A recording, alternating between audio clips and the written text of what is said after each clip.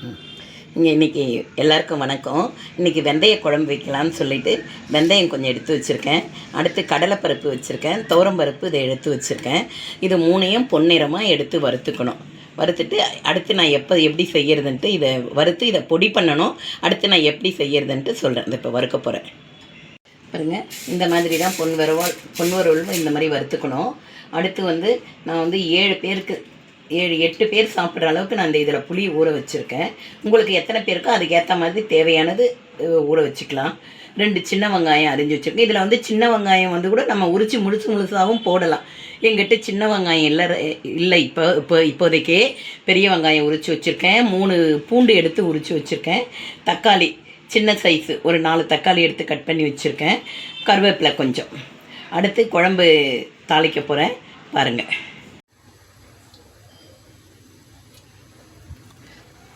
இப்போ நம்ம தாளிச்சிடலாம். தாளிச்சிட்டு அடுத்து எண்ணெயை கடாய் வச்சாச்சு, எண்ணெய் ஊற்றியாச்சு. வடகம் போடணும். எங்கள் வீட்டில் குழம்புக்கு வடகம் தான் தாளிப்பு. அப்படி இல்லைன்னா 2 கடுகு உளுத்தம்பருப்பும் வெந்தயமும் போட்டு தாளிக்கலாம். வடகம் இருந்தால் வடகம் போட்டு தாளித்தா இன்னும் டேஸ்ட்டு கொடுக்கும். கொஞ்சம் கடாய் வச்சுருக்கேன். கடாய் வச்சு எண்ணெயை ஊற்றி எண்ணெய் காஞ்ச உடனே வடகம் போட்டிருக்கேன். வடகம் செவந்த பிறகு நம்ம கட் பண்ணி வச்சுருக்கிற வெங்காயம், பூண்டு, தக்காளி எல்லாத்தையும் போட்டு வதக்கிடுவோம். வெங்காயம் போட போகிறேன். வெங்காயம் போட்டு கொஞ்சம் நேரம் கழித்து நல்லா அது கொஞ்சம் பொன்னிறமாக வறுக்கணும். வெங்காயமும் போட்டாச்சு. அடுத்து தக்காளியும் கருவேப்பிலையும் போட்டு வெங்காயமும் தக்காளியும் நல்லா வதங்கணும். வதங்கிட்டே இருக்கும்போது அடுத்து நம்ம உரித்து வச்சுருக்கோம் இல்லைங்களா, அந்த பூண்டு போட்டு எல்லாமே இதுவாக கொஞ்ச நேரம் வதங்கணும். இப்போ மூடி போட்டுடலாம். மூடி போட்ட உடனே கொஞ்சம் நேரம் வெங்காயம், தக்காளி, அந்த பூண்டு எல்லாமே வதங்கும். கொஞ்சம் நேரம் கழித்து எடுத்து காட்டுறேன்.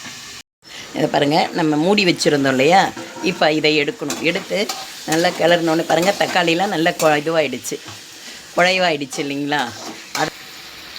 5 மினிட்ஸ் கழித்து இதை திறந்து பார்க்கணும். திறந்துட்டு இந்த தக்காளிலாம் நல்ல குழைவாக வந்திருக்கு. அடுத்து என்ன செய்யணும்னா உப்பு நம்ம போடணும். உப்பு போட்டுக்கணும். உப்பு நமக்கு என்ன தேவையோ அந்த தேவையான அளவு உப்பு போடணும். மஞ்சள்தூள் 1 டீஸ்பூன், மிளகாய் பொடி நம்ம காரத்துக்கு ஏற்ற மாதிரி போட்டுக்கணும். அடுத்து நம்ம ஊற வச்சுருந்துருக்கோம் இல்லையா, அந்த புளியை கரைச்சி ஊற்றிட்டு மூடிடணும். அவ்வளோதான். அடுத்து நான் அடுத்த இதில் கொஞ்சம் ஒரு 5 மினிட்ஸ் கழித்து திறந்து உங்களுக்கு எப்படி குழம்பு ஃபினிஷ் பண்ணுறதுன்னு காட்டுறேன். கரைச்சி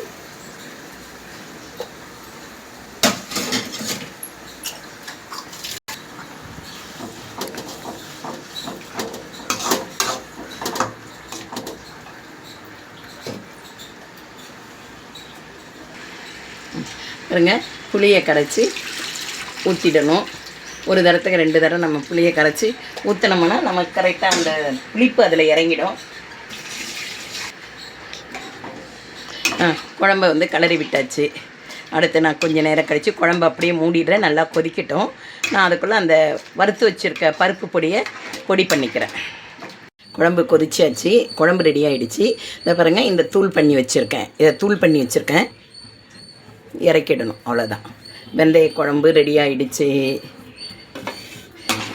இதை எடுத்து வச்சு மீதி இருந்தாலும் நமக்கு ஒன்றும் எந்த பிரச்சனையும் இல்லை.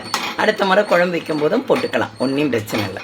குழம்பு ரெடி ஆகிடுச்சு. பாருங்கள், பார்க்கவே நமக்கு கலர்ஃபுல்லாக இருக்குது. பாருங்கள், நல்ல காரம்லாம் இல்லாமல் சின்ன குழந்தைங்கள்லேருந்து பெரியவங்க வரைக்கும் விரும்பி சாப்பிடலாம். ஒன்றும் இது இல்லை.